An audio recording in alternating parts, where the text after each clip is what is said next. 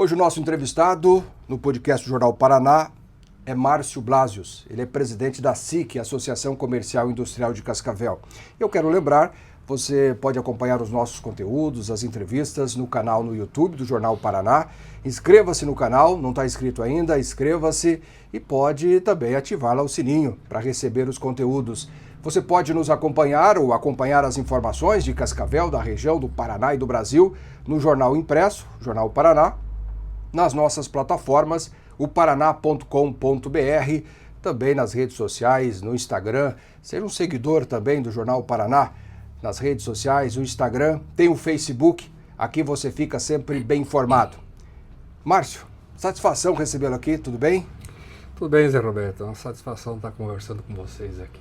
E a gente sabe da importância e do tamanho da SIC, e não é puxar a brasa para o nosso assado, para a nossa sardinha, mas a SIC, a Associação Comercial e Industrial de Cascavel, tem sido destaque no Brasil, tratando-se de entidades empresariais, muitas bandeiras empunhadas ao longo dessas décadas todas, né? Mais de 60 anos tem a SIC, é isso? 66 anos. 66 anos. Sim, e nós estamos realmente, a associação, ela é tão antiga que se confunde com a própria história de Cascavel, né? Muitas das coisas importantes que aconteceram aqui tiveram, de alguma maneira, a participação da SIC. E nós estamos inseridos no ecossistema realmente de nível nacional, fazemos parte do G50, que é o grupo das 50 mais relevantes associações do Brasil. E muitas conquistas aqui do Oeste do Paraná, embora seja uma associação comercial e industrial de Cascavel, mas tem defendido o Oeste do Paraná, muitas bandeiras, muitas conquistas e outras que estão aí, a luta ela permanece. Sim, até pela importância que Cascavel tem hoje no contexto regional, contexto paranaense, do agro, né? Eu diria assim, em nível mundial, inclusive, não tem como pensar assim que hoje somente Cascavel, tem que ser pensado realmente regionalmente. E aí a gente tem uma parceria muito grande com outras entidades de nível regional, como o POD, como o ecossistema do Iguaçu Vale e outras entidades aí de nível regional. E a própria Cassiopar, que integra todas as associações. Exatamente, principalmente, né? A Cassiopar foi uma iniciativa da própria SIC, né? Foi criada aqui uma coordenadoria regional e ela deu tão certo que foi utilizada, serviu como exemplo no Paraná todo. Hoje nós temos 12 coordenações regionais no Paraná ligadas aí à FACIAP. O que a gente tem observado e acompanhado, o Jornal Paraná tem acompanhado também as reuniões ao longo dessas décadas todas, sempre promovendo encontros, trazendo especialistas, e as reuniões há muito tempo elas são realizadas às quintas-feiras. Quinta-feira que vem, reforma tributária na pauta, é isso, Blasius? Sim, é uma das reuniões abertas, né, na quinta-feira à noite. Era tradicional essa reunião toda quinta-feira. Hoje a gente não faz mais toda quinta-feira porque, como era uma reunião informativa, hoje com as mídias não há mais sentido, né, de fazer uma reunião de informação. Mas sempre que há pautas importantes a gente faz essa reunião aberta, né, conclamando aí a presença de todos os empresários, e nessa não vai ser diferente porque é um tema muito importante e é urgente, especialmente para as empresas que estão no Super Simples. O que vai ser discutido? Bom, a gente sabe que a reforma tributária é aprovada já há um bom tempo, depois foi sendo ajustada, como já se estabelecia a própria legislação, e 2026 chegou, estamos no segundo semestre e tem coisa para acontecer. O que vai ser discutido, debatido nesse encontro? Principalmente o impacto que essa reforma vai ter em empresas do Simples Nacional, porque nós agora a partir de janeiro já entra em vigor a CBS, que é a parte federal do IVA, né?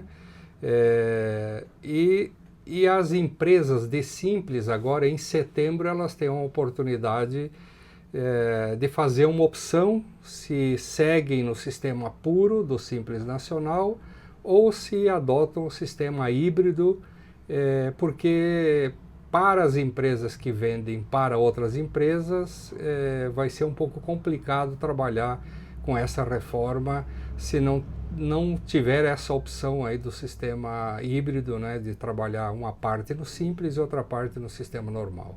Em geral, talvez até por isso que essa reunião vai acontecer, esse encontro, as pessoas ainda têm dificuldade de entender o que de fato vai acontecer na prática, empresários e até mesmo contadores, não, Blásios?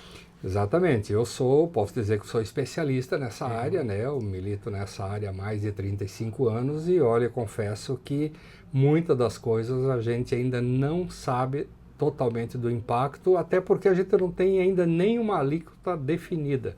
Nós temos que fazer uma opção agora, empresa de simples em setembro, fazer um planejamento tributário sem nem saber exatamente quanto que vai ser a alíquota aí, definida para o ano que vem.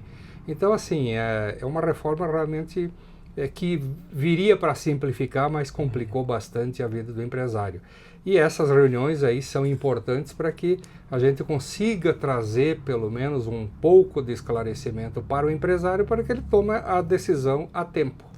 E como especialista no assunto, né, e um amplo conhecedor, e mesmo assim destacando essa complexidade, o que a gente pode adiantar para as pessoas que nos acompanham neste momento, principalmente empresários, quando estiver funcionando na prática, realmente deverá trazer benefícios? Porque todo mundo defendia a reforma tributária. Quando ela veio, houve vários questionamentos, mas não foi a reforma que nós esperávamos, mas menos mal, não é? Pior se não houvesse. O que pode mudar na prática é benéfico de fato ou não? Olha, eu arrisco dizer que seria pior se houvesse. Ah, é? Porque, assim, o que esperávamos de uma reforma tributária? Nós estávamos em busca de uma simplificação da nossa legislação tributária há mais de 30 anos e muito se discutiu de várias coisas.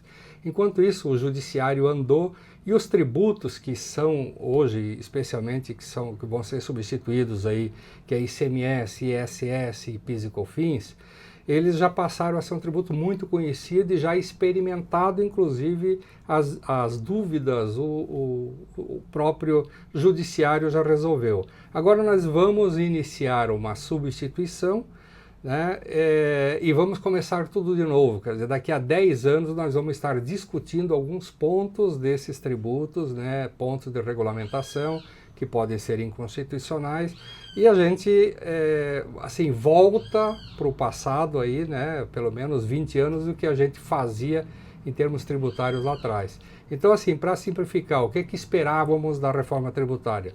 Simplificação, os governos estaduais e municipais mais distribuição, né, não tão centralizado isso no governo federal. O consumidor esperava diminuição no preço, né, dos produtos, e o empresário esperava pagar um pouco menos, né, que a nossa carga é muito alta, exportação e tal, a gente parar de exportar tributo e ser mais competitivo, né? E o que a gente teve na prática em termos de simplificação, nós vamos ter um grande complicador, porque os contadores, e eu sou dessa área também, sabem que vão ter que conviver aí quase 10 anos com dois sistemas, né, complicadíssimos, o outro não mudou nada, e esse agora ele vem com mais uma série de obrigações acessórias que os contadores têm que cuidar, e um sistema que a gente não consegue saber ainda o impacto. Diminuição tributária, nós já fizemos todos os cálculos possíveis. O único setor que dá para dizer que vai ganhar efetivamente é o exportador. Por quê? Porque vai diminuir? Não, porque ela vai conseguir ter de volta o dinheiro que gera durante a cadeia de produção, e esse imposto, né, esse imposto que é pago durante a cadeia, para não exportar tributos, como é a regra em todos os países, tem que ter mecanismos para que ele ele venha de volta. E se a gente pegar aqui só na nossa região, que é bastante exportadora de proteínas e é uma atividade que gera muito imposto durante a cadeia, e o ICMS que poderia ser recuperado quando esse produto é exportado, ele fica acumulado como crédito da empresa e o governo não dá meios para que esse pessoal consiga desovar esse crédito. Da mesma forma, PIS e COFINS e outros tributos federais, né? Com esse modelo novo, essa parte vai ser um pouco mais automática. Então, esse é o único a única atividade que a gente vê assim que pode ter realmente uma melhoria na parte de custo tributário. Agora vamos pegar aqui Cascavel, que é essencialmente prestador de serviços. A gente já fez todas as simulações possíveis. Nós estamos falando aqui uma empresa que está hoje no lucro presumido e que paga entre folha e tal. Vou pegar clínicas, escritórios de advocacia, escritórios de contabilidade, paga em torno hoje aí de 26%, 27% sobre toda, incluindo folha, né, sobre toda a atividade, 26%, 27% sobre o faturamento. Isso, com a entrada total em vigor, ela vai para em torno de 42%, 43%. Então, assim, a grande maioria desses prestadores de serviço não tem essa margem.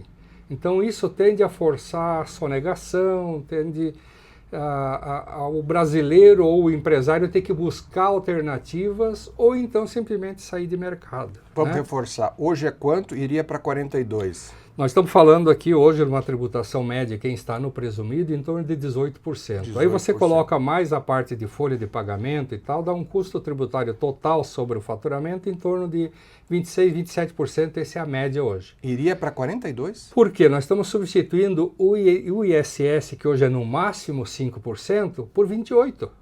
A conta é simples.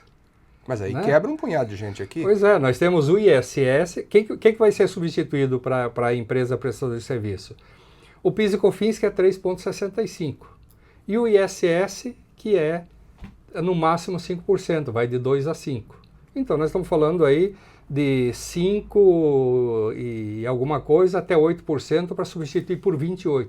Então, nós estamos falando de um acréscimo de 20% no mínimo sobre o faturamento. E não tem uma manobra legal dentro desse sistema, desse processo, para não chegar a esse índice tão elevado? Aí que tá, não tem por quê? Porque todos os grandes setores fizeram lobby e foram diminuindo. Então, assim, para substituir tudo, nós temos que ter um valor médio. Se falava em 25, 26, aí hoje se fala em 28, já tem disso que fala que vai passar de 30, a alíquota final, né? Para poder dar esses 28 lá no final, todo mundo tem que contribuir. Quando você entra com setores, como foi a área de comunicação, a área do agronegócio, a educação, as grandes indústrias, a indústria automotiva, o ramo imobiliário, todo mundo conseguiu fazer o seu lobby e diminuir de alguma maneira o seu impacto tributário. Para fechar a conta, tem que ir jogando para quem resta, né? Quem sobrou? A área de serviços.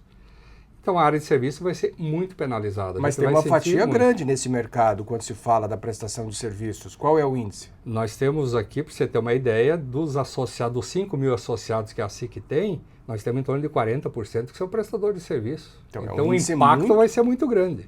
É muito alto esse índice. Claro que sim. Para ser desprezado, digamos assim. Isso. Agora vamos pegar as empresas menores, as empresas de simples, que é o motivo de a gente estar fazendo essa reunião, essa palestra lá, né, esse encontro. A empresa de simples, quando ela vende para a pessoa física, não tem problema nenhum, ela continua no simples. Mas nesse modelo novo, quando ela vender para a pessoa jurídica, se eu comprar isso aqui de uma empresa normal, eu tenho o crédito de 28% e vendo com 28% e só vou pagar a diferença da minha margem de lucro. Se eu comprar de uma empresa de simples, eu tenho um crédito máximo de 3%. Então eu perco 25%. O que acontece com a empresa de simples? Ela não vai conseguir vender para o empresário que está no regime normal, porque esse empresário ele vai querer no mínimo 25% de desconto, que é o crédito que ele não vai ter. Entendi. Né? Então agora se criou essa possibilidade de ter um sistema híbrido. Não, você pode pagar uma parte pelo simples e outra parte você pode fazer no regime normal. Então significa que agora em 2027, em janeiro, eu poderia pagar a CBS, né, que substitui PIS e COFINS, pelo regime normal e o resto mantendo simples. Só que agora eu tenho que fazer essa opção agora em setembro. Se eu não fizer essa opção agora, em janeiro eu não consigo mais vender para aquela empresa o meu produto para outra empresa para revenda, porque senão eu vou ter que dar um desconto de 20% para ele, porque ele não vai ter o crédito, né? E aí, como é que você faz agora essa conta se você não tem nem a alíquota ainda? A gente está fazendo simulações. Estamos calculando aqui uma alíquota em torno de 8,9%, aí, que seria o que se está sendo simulado, né? Mas as empresas têm que fazer a conta se vale a pena, né? Se vale a pena ir para esse regime híbrido ou não. O problema é que a opção tem que ser feita agora, e nós não temos nem 100% essa atividade regulamentada ainda de como que vai funcionar essa tributação. Agora, Blasius, lá na frente, percebendo que ficou muito ruim do jeito que está sendo colocado, do jeito que foi colocado, tem como mexer, como mudar? Porque a impressão que eu tenho diante dessas suas declarações é que lá na frente a choradeira vai ser grande e vai ter que mudar, porque senão isso economicamente para o país vai ser ruim. Nós estamos alertando aqui há 3 anos que essa reforma não é boa, mas a gente tem ouvindo aí, especialmente alguns deputados dizendo não, vai ser uma maravilha, o governo dizendo vai ser uma maravilha. Cara, quem é da área, é da área de custos, especialmente quem conhece de tributação, sabe que não vai ser isso. Só que a gente não percebeu ainda a dificuldade que vão ter os municípios. Por quê? Hoje o município ele tem o ISS, que é todo dele. Não vai ser mais todo dele. Mas era 5, agora vai ser 28. Sim, mas vai substituir o ICMS também, que o município fica com 25%, que é o que o Estado recolhe, né? Vai tudo para o Caixa Central do governo, né? Vai ter um comitê gestor lá que depois vai fazer a divisão. Então o que vai acontecer? Os municípios não vão mais ter autonomia e nem os estados. Quem vai dizer como que vai ser feita essa devolução desse imposto que é recolhido centralizado, vai ser esse comitê gestor, que é formado aí, até onde a gente sabe, por enquanto, né, por 54 pessoas. Né? Assim, e não tenha dúvida que vai ter interferência política com essas pessoas, porque os estados vão nominar essas pessoas, o governo federal e também algumas outras entidades, né? Então, vai ser um comitê misto, mas vai ficar na mão de 54 pessoas dizer o que os 5 municípios do país vão receber de volta desse imposto. E como é que faz daí? Assim, hoje a gente já vê prefeitos indo com o pires na mão para Brasília, isso só vai aumentar. Isso, assim, a gente vai perceber que essa reforma não foi boa quando ela realmente entrar em vigor, né? E aí os próprios prefeitos e governadores vão perceber, não é só o empresário já percebeu, né? Mas o poder público parece que ainda não. A gente vai sentir isso logo na frente. Uma coisa a gente sabe desde o início, reduzir imposto, diminuir para o governo, isso ele não abriria mão, o governo, né? Então ninguém esperava que fosse reduzir. O que se esperava era que houvesse essa simplificação, que a coisa facilitasse e tal. Você já detalhou. De quem é a culpa, se é que dá para jogar a culpa em alguém? Porque se fala em reforma tributária há pelo menos 20 anos, não é? Alguns disseram, não, essa reforma é a reforma que o Lula fez. Outros diziam, não, mas essa reforma foi feita ainda no governo Bolsonaro. De quem é a culpa nesses cálculos que não são interessantes para o Brasil?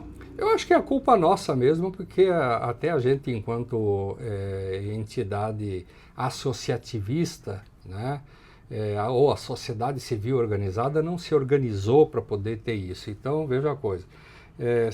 Tinha 3 projetos de reforma tributária lá, 3 emendas constitucionais, né?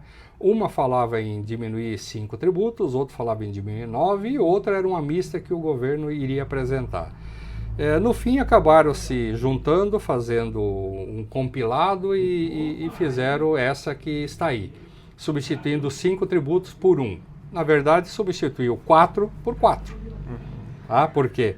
O IPI permaneceu, porque ainda funciona para a Zona Franca, então não caiu. O PIS e COFINS, na prática, era um imposto só. Né? Agora, esse imposto foi substituído por CBS. Tá? Para quem não entende, essa contribuição CBS, o que efetivamente representa? É o imposto sobre consumo, que é a parte do governo federal, que é em torno aí de 8 e alguma coisa, né? A parte que é dos estados e municípios vai ser 20 e alguma coisa também, por isso que vai dar os 28, que seria o IBS, o imposto, né? Então, para os municípios e estados seria o imposto, para o governo federal seria a contribuição, que já substitui 2 contribuições, que é o PIS e COFINS. que na verdade já era uma só, porque você pagava separado, mas a legislação era igual, né? Aí substituiu o ICMS e o ISS pelo IBS. E aí se criou mais o imposto seletivo que a gente não tinha. O que é o imposto seletivo? Se o governo entender que uma bebida muito açucarada vai dar prejuízo para a saúde do brasileiro, eles podem sobretaxar isso, né? Se eles acharem que alguma coisa pode ser prejudicial ao meio ambiente, eles podem sobretaxar. Então veja onde nós estamos aqui. Você imagina que todo o sistema do agronegócio que sustenta o país, de repente algum louco lá entender que o boi do agro está acabando com a camada de ozônio, vamos taxar o agro. Isso é possível fazer via decreto. Por quê? Porque deixou na mão do governo federal fazer isso a hora que quiser. Então, realmente é um imposto muito perigoso, é uma mudança que a gente só vai sentir o impacto lá na frente quando estiver andando. E aí eu diria, é tarde. Por quê? Agora você falou, de quem é a culpa? A gente discutiu muito isso. O problema é que isso, quando foi levado para aprovação, tem que ser esse ano. Foi levado para aprovação, foi feito no afogadilho, eu conversei com vários deputados que participaram, a maioria não entendeu o que era a reforma. Votaram sem entender, porque votaram na confiança que ia ser uma coisa boa, porque se divulgou que ia ser uma coisa boa. Mas a gente que estava com os números na mão, conhecendo profundamente aí, todo esse modelo que eles queriam implantar, a gente já tinha feito simulações, a gente alertava que não ia ser bom. E essa visão aqui em Cascavel era uma visão também em São Paulo, Rio de Janeiro, Minas Gerais? Os especialistas no assunto alertavam? Sim. Agora a gente tinha especialistas aí, né, como inclusive deputados que se diziam especialistas e que ainda garganteiam que o negócio é bom. E eles assim, vão sentir que não é, ali na frente, né? Vai simplificar? Vai. No segundo momento vai dar uma simplificada. Mas para mim a melhor simplificação seria tornar uma legislação única, federal, do ISS e do ICMS, que já eram impostos conhecidos. E bastaria regular isso aí para evitar a guerra fiscal, essa briga toda que tinha, né? Então, vamos simplificar, vamos tornar um imposto único. Só que o que acontece hoje? Nós temos 27 federações, né? 27 estados e Distrito Federal. E nós temos 5.000 municípios. Cada um vai ter uma alíquota diferente, pode ter alíquota diferente. Então, se você hoje tem uma empresa que vende para o Brasil inteiro, você tem que ter uma estrutura de análise tributária para saber se você está vendendo para Corbélia, você tem que saber qual que é o imposto que Corbélia está cobrando municipal e o Paraná qual que está cobrando. Se você vender para sei lá, Sorocaba, você tem que saber o que Sorocaba está cobrando e o que São Paulo está cobrando. Então, a administração disso vai ser muito complicada. Mas eu acho que assim, o mais grave que tem de tudo isso é que eles mudaram o modelo. Hoje, se você tem uma indústria, você recolhe pela produção, você recolhe para a origem. Agora você vai recolher para o consumo. Então, vamos pegar um exemplo aqui. Nós temos Cascavel, que assim não tem muita indústria, mas tem muito consumo. Você pega Santa Teresa, que tem bastante indústria e não tem muito consumo, e o consumidor ainda às vezes vem comprar aqui. O imposto vai para eles pelo que eles consomem, não pelo que produzem. Então todo o trabalho que os prefeitos fizeram para atrair indústria, vai sobrar só a vantagem de ter os empregos no local. Mas os estados ou os lugares mais consumidores vão ganhar mais dinheiro, né, dessa distribuição do que os estados produtores. Então vai ficar muito bom para São Paulo, para Curitiba, para Rio de Janeiro, para Belo Horizonte, né, que são lugares assim que tem bastante consumidor. Para os produtores não vai ser bom não. Assim, vão produzir, claro, vai ter os empregos e tal, vão produzir, mas só que se vender para fora, quem vai ganhar o imposto é quem está comprando lá na outra ponta. Estamos conversando com o Márcio Blasius, ele que é presidente da SIC, Associação Comercial e Industrial de Cascavel. Estamos debatendo sobre a reforma tributária e o impacto das medidas, principalmente para o Simples Nacional. Você falava, Blasius, sobre sonegar, ou de repente, principalmente tratando-se do setor de serviços, né, que é um setor muito importante.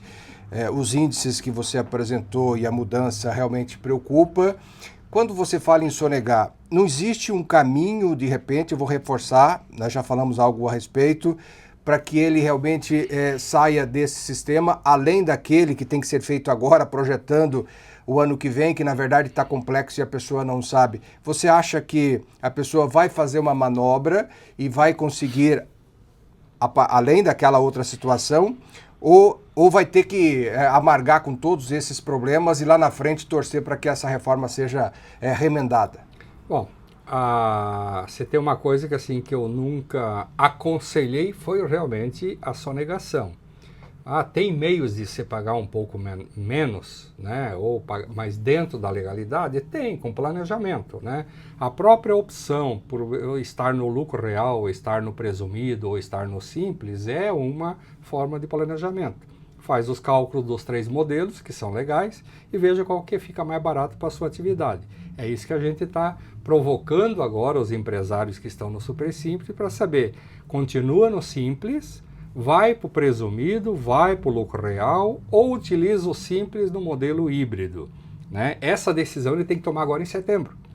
Então, assim, os contadores estão todos em polvorosa aqui porque eles estão fazendo cálculos para saber o que fica melhor para o seu cliente, né? E nós temos um outro movimento também, porque junto com essa reforma houve também a autorização para que o imposto de transferência de patrimônio via causa mortis, né, do inventário ou via doação, ele saia de 4% e pode ir até 8%. E essa legislação o Paraná já está trabalhando para o ano que vem poder ser cobrado até os 8%. Né? E aí, se você é empresário ou se você tem patrimônio e você quer um dia deixar para os filhos, se você simplesmente morrer e deixar entrar o inventário, além de todo o custo do inventário, você vai pagar 8%. 8% do patrimônio, quando você tem o recurso em cash, é 8%. Quando você não tem, que você tem que vender um imóvel para pagar o próprio imposto da transferência, isso vai custar praticamente 1/5 do patrimônio. Né? Então, as famílias aí estão fazendo, tem muito movimento agora esse ano, para poder fazer uma antecipação, né, dessa... É um modelo de governança já para poder, assim, continua os donos no negócio, mas já transfere de alguma maneira para os herdeiros, para antecipar esse movimento que a gente sabe que ali na frente vai ser cobrado. Então, é um modelo de planejamento. Né? Tem muita gente trabalhando com isso, trabalhando aí com holdings, né, utilizando essas ferramentas. É algo que não se fazia no passado, né? As pessoas ficavam até temerosas de iniciar um processo com a pessoa viva, parecia que não soava bem. Depois, com essa evolução, digamos assim, de entendimento, não é? Isso tem acontecido. Mas com a reforma tributária tem um outro rumo, então, que pode ser tomado. É isso, para esclarecer um pouco mais. É que, assim, acabou abreviando a decisão de fazer essa sucessão, né? A gente via, nós trabalhamos muito com isso aí, a parte de sucessão de empresas, né? Então, assim, tem o pessoal que foram os originários, né? Quem criou as empresas, já tem os filhos no negócio e tal, e em algum momento tem que fazer essa transição e passar o bastão para os filhos, né? Ou para os herdeiros, ou para os gestores, e sair da operação. Isso se fazia muito... como meio de realmente fazer uma sucessão, assim, para sair do negócio, para ter um pouco mais, sei lá, atingindo aí 60, 70 anos, quer ter um pouco mais de qualidade de vida, é hora de sair da operação e viver um pouco, né? E não sai totalmente, às vezes sai no papel, mas está ali, né? Sim. Integrando, até porque não fica longe mesmo. É natural, né? É natural. Agora isso está sendo abreviado porque, além da preocupação de um dia ter que passar para os filhos, tem a preocupação de, quando passar, isso vai custar caro. Né? Esse ano está mais barato, porque para quem faz esse ano ainda é 4%, quem faz o ano que vem pode ser 8%. Deu uma correria por causa disso? Claro que deu. Deu muito. Se você conversar com qualquer contador, hoje eles estão até a tampa de serviço em função desse tipo de atividade. Né? Isso veio também junto com a reforma, foi um presentinho aí. Deixa eu te provocar numa situação, porque as pessoas comentam isso, e você, especialista, vai poder nos ajudar a entender. Alguns dizem o seguinte: quando você falou, e eu quero emendar nessa questão aí dessa última conversa nossa, quando você falou sobre a questão dos municípios, né, o Estado, de repente. Eu lembro que quando essa reforma, embora venha sendo discutida há muito tempo, alguns diziam, não, isso aí é coisa do Lula, é coisa de governo de esquerda, não é? Que está centralizando tudo no governo federal, para eles terem o controle de tudo, não é? Alguns dizem isso. Aí quando você traz essa informação, sai de 4 para 8, então quer dizer, o governo quer ter uma parte disso. Não é bem assim também. Olha, a gente ouve muita comparação dizendo assim, olha, o Brasil ele cobra aí praticamente, tem uma carga tributária em torno de 33%, 34% sobre o PIB, e que assim, ela é menor do que muitos países, né? E quando a gente ouve falar da questão do imposto sobre herança, se pegar alguns estados americanos, chega a 50%. A França... muitos franceses acabaram mudando de cidadania para outros países e para escapar desse imposto. Mas a gente tem que lembrar o seguinte, nós pagamos muito caro pelo que nós temos de retorno, esse é o problema, né? Porque hoje tem país que é altíssima a taxa, porque a gente tem a mania de dizer que o Brasil paga mais imposto e paga realmente muito imposto. Mas tem país que paga imposto elevado, a tributação elevada, mas isso reverte de uma forma tão extraordinária que ninguém reclama, né? Sim, o que nós temos hoje que a gente paga tão caro, o que nós temos de volta? Saúde, se você não tiver Você paga duas vezes, né? Você paga o plano de saúde e faz aquela contribuição. Educação, mesma coisa. Segurança... Também. Né? Embora que, assim, Cascavel dá para se dizer que, no geral, nós estamos bem seguros, né? A gente tem a sensação de segurança aqui.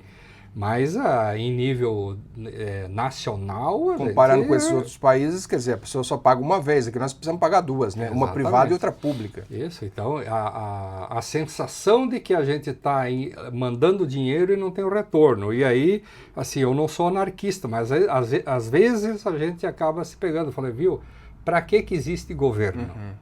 Por que nós pagamos? Pega a empresa... Né?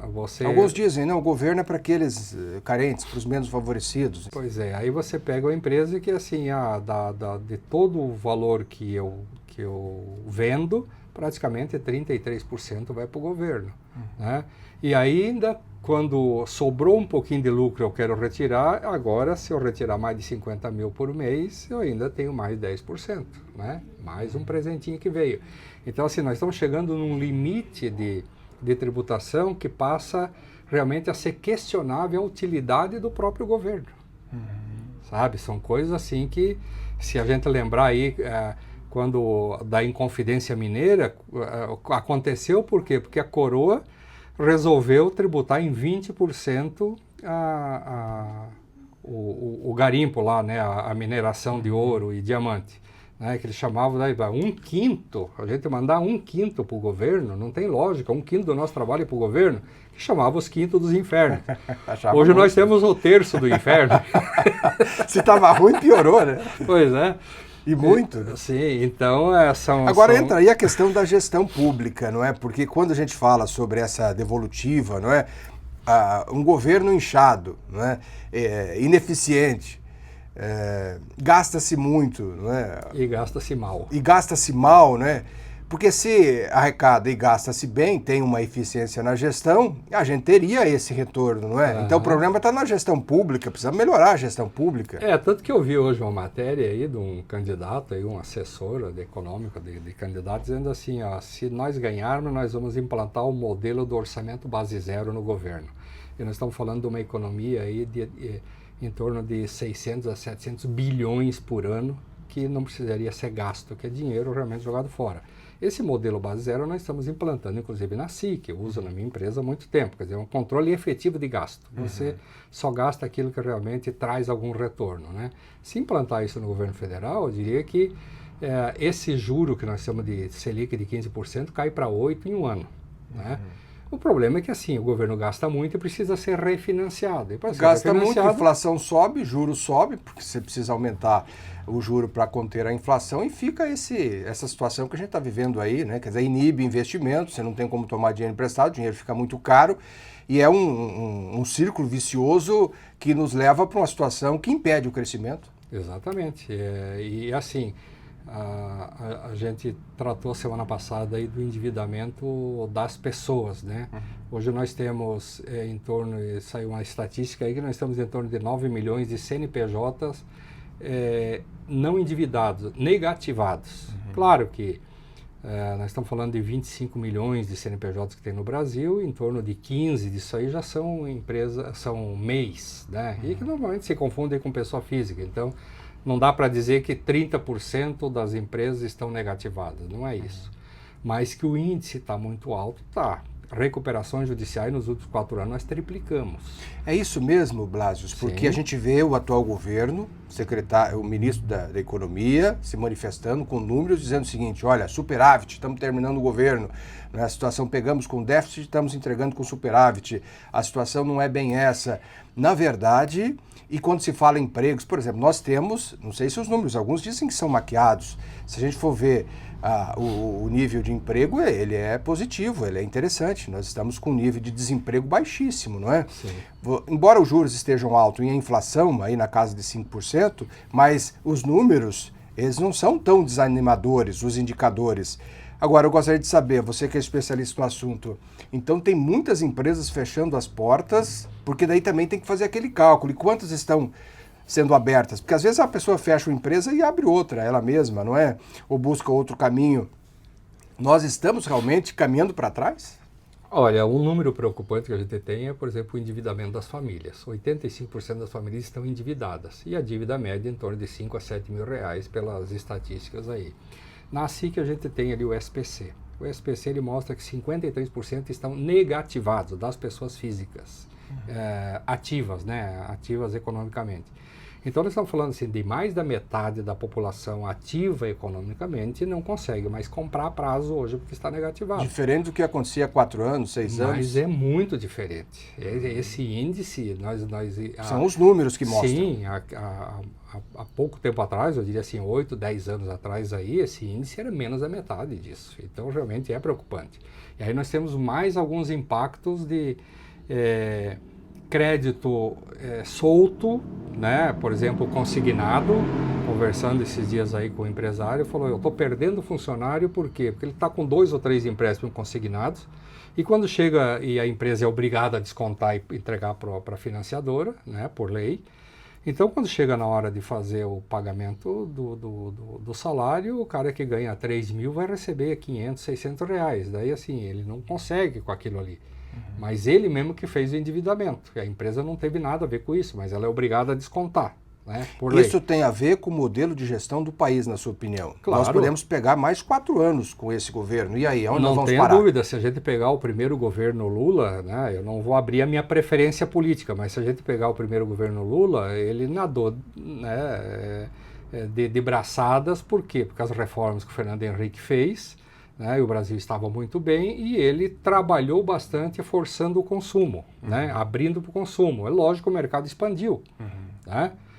No segundo governo já foi um pouco mais complicado. No governo da Dilma, isso explodiu, não teve como manter. Nos né? primeiros 4 anos. E depois o outro ficou apenas um período de 2 anos. Sim, né? até porque assim, não tinha como sustentar mais. Né? Agora ele fez a mesma coisa. Assim, a liberação de fundo de garantia, as cestas básicas, aí, a cesta básica, os benefícios sociais aí, à vontade, né? O pessoal ganhando bastante, e liberação de financiamentos. Então, assim, enquanto outros países trabalham incentivando a poupança, como o americano, né? Não é aplicação em poupança, mas eles investem em ações. É a economia, né? Reserva, né? O Brasil, o governo trabalha incentivando o consumo, né? O consumo e o endividamento. É normal a gente ver aí políticos dizendo assim, viu, se você não conseguir mais num banco, vai no outro, deixa de pagar aquele, vai no outro. E daí vê o governo com os programas, agora vamos ajustar, agora nós vamos fazer um programa de socorro, né? Agora vamos fazer um programa de renegociação. Então, assim, o que se coloca para a população é que se pode comprar a prazo à vontade, que se você não pagar, depois o governo vai dar um jeito. Vai para o fundo do poço, depois eu jogo a corda e tiro, e tem o teu controle. Isso. E aí a gente pegar na área do emprego, nós percebemos aqui em Cascavel, aqui a Agência do Trabalhador, a semana passada estava com mais de 1.500 vagas abertas. Os né? empresários reclamam, dizem que não tem mão de obra, está precisando de gente para trabalhar. Realmente não tem, só que assim, é porque estamos realmente de pleno emprego ou é porque o pessoal realmente não está precisando trabalhar? E aí, eu costumo usar de exemplo uma cidade aqui vizinha nossa que fez esse trabalho, fez uma pesquisa, descobriu que no município tinha 1.500 famílias usando o Bolsa Família e fez uma estatística, um cruzamento de dados aí e acabou descobrindo que, assim, 600 e poucas dessas famílias não deveriam estar na Bolsa Família porque não se enquadrariam nos requisitos. E o que esse prefeito fez? Visitou cada uma delas dizendo assim, ó, você está no Bolsa Família que você não pode estar, isso aqui é um crime federal, você pode ser inclusive tendo que ser processado criminalmente e ter que devolver o dinheiro, mas em contrapartida tem a solução, eu tenho um emprego aqui. Ele conseguiu resolver quase a metade disso. Em Cascavel, nós estamos falando de 12 mil famílias no Bolsa Família. Cara, não fecha a conta. Se nós temos 1.700 vagas abertas, por que nós temos 12 mil famílias dependendo do Bolsa Família? Interessante essa sua observação, que aí entra os critérios, né? Se você coloca quem está no Bolsa Família e você incentiva e ele se acomoda ali e ele não entra na estatística de quem está desempregado, não é? Quer dizer, aí você vai ter o índice de desemprego lá embaixo. Mas é lógico, é disso que nós estamos falando. Assim, não é que nós não temos desempregados, nós temos aqueles que não querem trabalhar. E é muito normal, a gente ouve de empresário todo dia. Fala, a gente faz uma seleção, olha, selecionamos, isso aqui é pessoa boa, estão pagando acima do mercado e tal.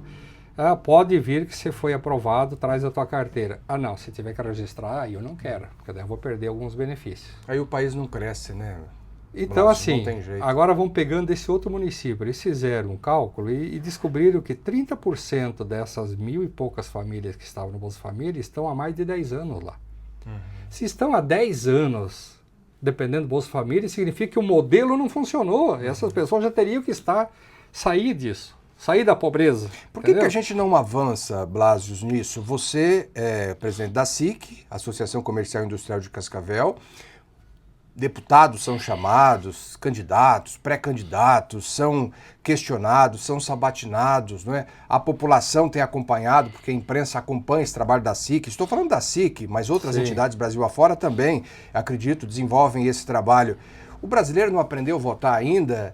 O que tem que fazer para mudar essa realidade? Nós não estamos falando de partido político e nem de paixão por esse ou por aquele candidato. Nós estamos falando do Brasil, do desenvolvimento do nosso país. Quando que nós, eleitores, vamos acordar?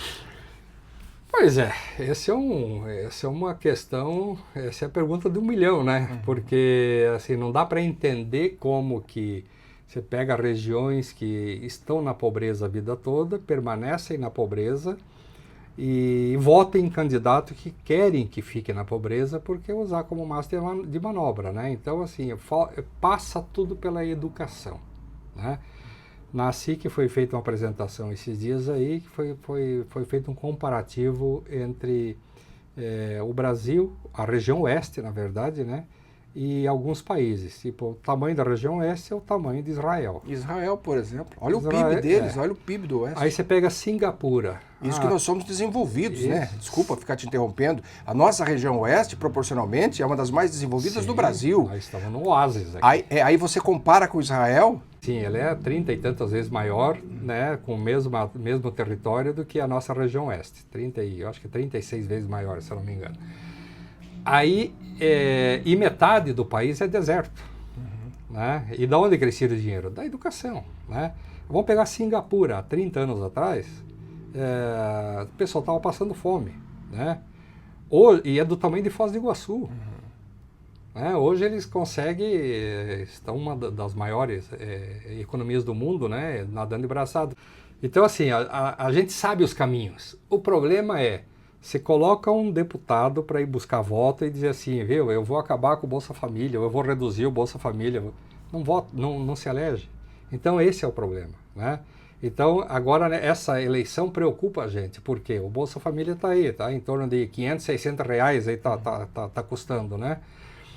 Só o Paraná, nós estamos falando de 5 bilhões por ano. E alguém está nos acompanhando agora está dizendo o seguinte, não, mas eram 400 reais. O Bolsonaro levou para 600 para ganhar a eleição. Ninguém tem aqui candidato de estimação, não é, Blasius? O modelo está errado, claro, independente de quem seja. Claro, até porque assim, eu não sou contra ajudar quem precisa, e acho que deve, né? A gente tem que dar condição para que todo brasileiro consiga viver bem. O problema é o seguinte, que ele não está vinculado a nenhum outro programa para tirar ele dessa situação, né? Para trazer para o emprego. Pelo contrário, está enfiando mais gente, né, no sistema. Assim, está incentivando que fique no sistema, esse é o problema. Então, algumas coisas assim, que assim, eu sempre fui contra, mas chegou num ponto que eu acabei concordando. Falei, pode estar no Bolsa Família e ainda assim registrado numa empresa. Pelo menos você traz aquela mão de obra para a empresa, porque senão o cara nem vem.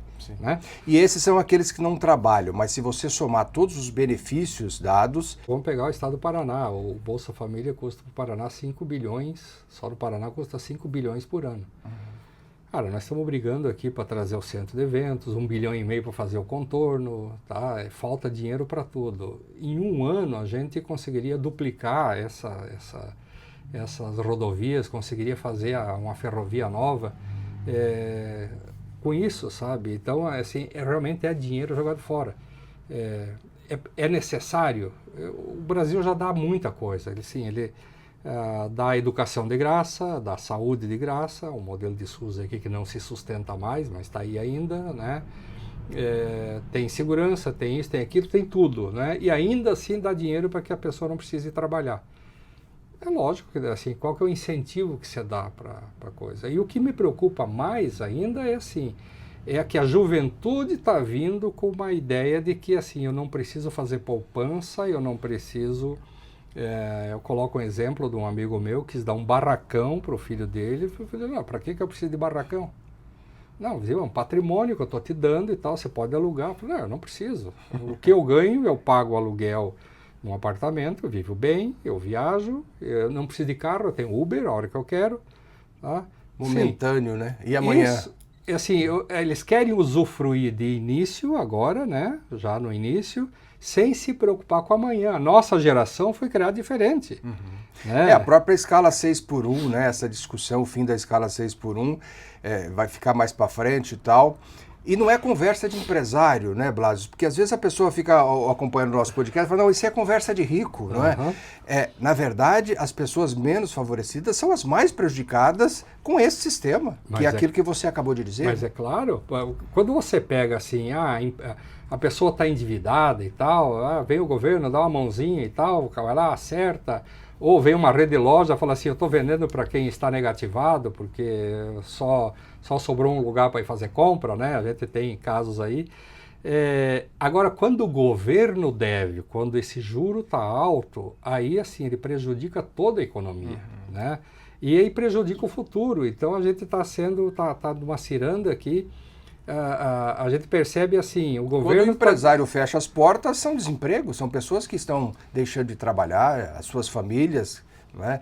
Então, quer dizer, é necessário que o empresário seja atendido para que toda a cadeia seja beneficiada, né? E a gente tem que ter uma visão um pouquinho de longo prazo, e isso seria a função do político, né? A gente mostra para eles, né? Nós entregamos sempre o nosso planejamento, o que a gente gostaria que fosse feito, mas entre o que a gente quer e o que eles tomam de decisão é diferente, porque assim, eles tomam decisão com base no que eles vão ganhar ou perder de votos, então não tem dúvida disso, né?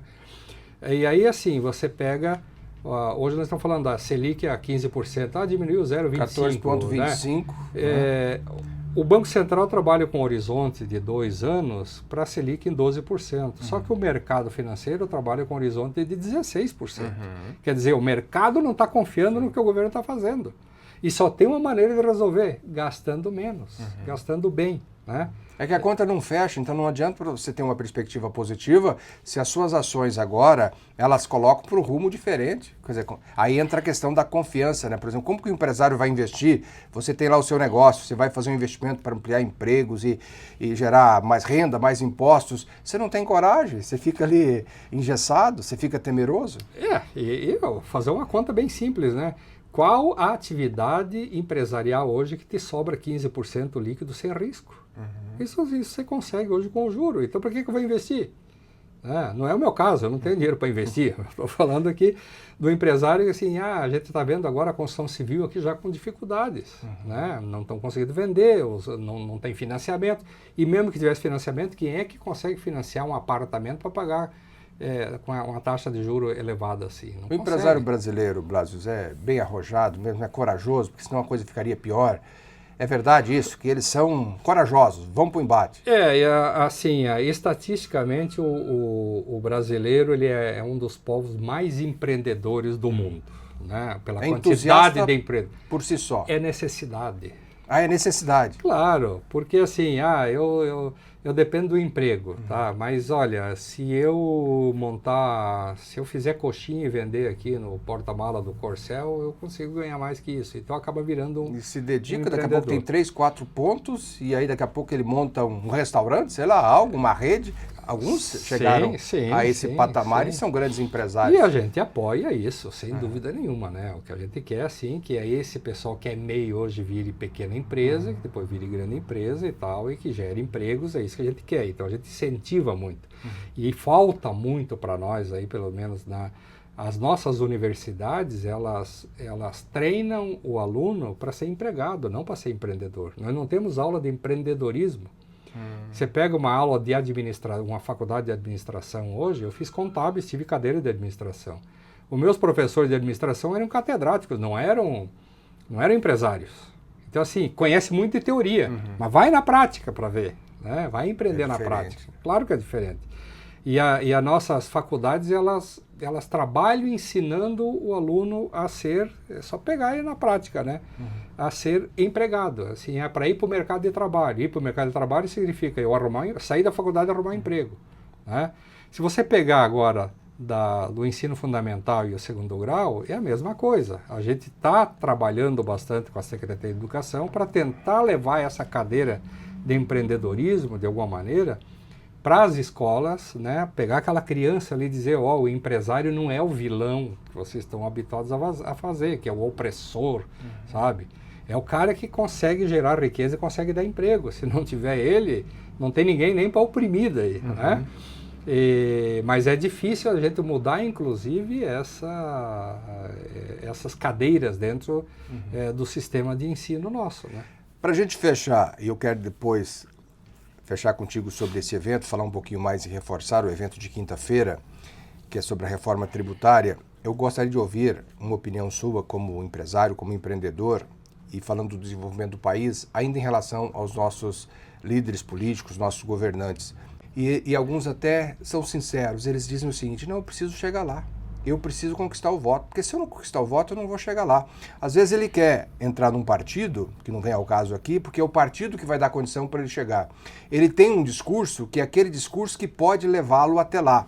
Então ele mesmo sabendo que o caminho não é o mais correto, mas é aquele caminho que ele precisa trilhar para chegar lá. Só que quando chega lá também não muda, né? Esse que é o problema. Se o problema é chegar lá para depois fazer alguma coisa, também isso não acontece. Eleição a cada 2 anos. Eles estão mais... Enquanto você é empresário e presidente da SIC, você está fazendo os cálculos e é um especialista e se aprofunda e vive isso, não é? Os políticos, me perdoem os políticos, mas eles estão fazendo política o tempo inteiro, porque se eles perderem o foco, eles podem perder a eleição. E aí eles não estudam, é aquilo que você falou sobre a reforma tributária. Diante de tudo isso, você tem expectativa de que a gente possa mudar daqui, sei lá, 10 anos, 20 anos, as próximas gerações vão ver um Brasil diferente? Ou você não tem essa esperança, essa expectativa? Eu sou otimista. Tá? Eu sou otimista. E assim, vamos ser justos, nós temos políticos e políticos. Né? Não dá para generalizar também, né? Não, nós temos políticos muito bem capacitados, nós temos candidatos que a gente sabe esse ano aqui, que são muito bem capacitados e tal, e que conhecem as dores do empresário, né, e sabem o caminho. Agora, trilhar esse caminho demanda apoio lá, né? O nosso modelo político hoje, com mais de 30 partidos e tal, ele realmente é muito complexo. O nosso modelo de votação, a gente está inclusive pensando aqui em fazer um trabalho para apoiar um pouco mais candidatos aqui regionais que tragam retorno para a gente aqui, né? Na eleição passada nós tivemos, por exemplo, quase 80 mil votos que foram para fora, 40 e poucos mil votos foram para candidato de Curitiba, que nunca vieram aqui. Né? Então, assim... Não vieram antes nem depois. Né? Não. E aí, mas vamos trabalhar com o voto útil. Já foi feita essa campanha antigamente, aí e não deu retorno naquele ano, mas na sequência a gente acabou perdendo também apoio de candidatos de fora que a gente necessita também, né? Então isso tem que ser trabalhado de uma forma bem inteligente, mas a gente está provocando os políticos para que venham, né? Nós temos já, estamos ajustando a agenda de visita dos candidatos a governador na SIC, né? Para que venham, não para que eles venham falar, mas para que venham nos ouvir. É isso que a gente está colocando. E também recebendo... E um documento será entregue a cada um deles, né? Exatamente, com tudo assim que já foi estudado. Tem a Codesc aqui, está pensando Cascavel 2050. Então, assim, está tudo ali. É fácil para o político saber o que a sociedade precisa. Agora, conseguir isso junto com seus pares, a gente sabe que tem candidatos aí que só querem realmente o voto, né? E geram pautas polêmicas para poder só realmente polemizar e manter aquela casta de eleitores que os elegem, né? E a gente tem que trabalhar com esse modelo. Na reforma política, não dá para a gente ir muito longe. Assim, vamos extinguir os partidos, vamos botar um bipartidarismo e tal, como era antigamente, aí, Arena e MDB e tal, né? A gente sabe que isso aqui é utopia, mas pelo menos assim o voto distrital para que a gente consiga trabalhar um pouco mais os candidatos interessados regionalmente, eu acho que isso a gente consegue, estamos trabalhando para que a gente consiga fazer essa reforma, né? Mas realmente é uma situação complicada, né? Nós na SIC, nós somos apolíticos, né? A SIC, tanto que assim, pelas regras de compliance, eu não posso nem me encontrar com candidatos fora da SIC, mas eu não posso deixar de recebê-los na SIC. Por quê? Para evitar que assim, a SIC está puxando para isso ou para aquilo, porque nós temos associados de todas as bandeiras políticas possíveis ali, né? Nós temos de extrema esquerda e temos de extrema direita, então a gente tem que representar todos eles, né? E a gente coloca de forma bem equânime para todos eles o que nós queremos enquanto associação empresarial. Né? E é evidente que enquanto associação empresarial nós somos contra a mudança do regime de 6x1, nós somos contra o aumento de tributo, nós somos, sabe, isso nós somos radicais, né? E esse aumento, quando é contra, não é para se auto-beneficiar, é porque se entende também que o volume de negócio, quando você tem um tributo menor, o governo não vai ser prejudicado, às vezes até pelo contrário, não é? Sim. A gente tem acompanhado exemplos em outros países, enfim. O debate é amplo. Márcio, agradeço muito a sua presença aqui. E para a gente fechar, então, quinta-feira, esse é um evento na SIC, a partir de que horário? A partir das 7 às 6h30 nós vamos servir um café para quem quiser lá bater um papo, melhorar a sua rede de contatos, né? E a partir das 7 até as 21, né? Das 19 às 21. São 2 horas? São 2 horas com 3 palestrantes. Eles vão tratar especificamente desse tema, o impacto que vai ter nas empresas que estão no Simples, que são as mais urgentes. Quem né? são esses palestrantes? São 3 advogados, e os 3 são advogados e contadores, que são de grandes escritórios aqui, né? E os 3 são realmente especialistas, né? São especialistas nessa área. Eles militam nisso no dia a dia e têm os cálculos todos feitos, então assim, eles conseguem debater com profundidade. Então não importa se o empresário é aquele leigo que não conhece nada, ele vai ter a base para entender.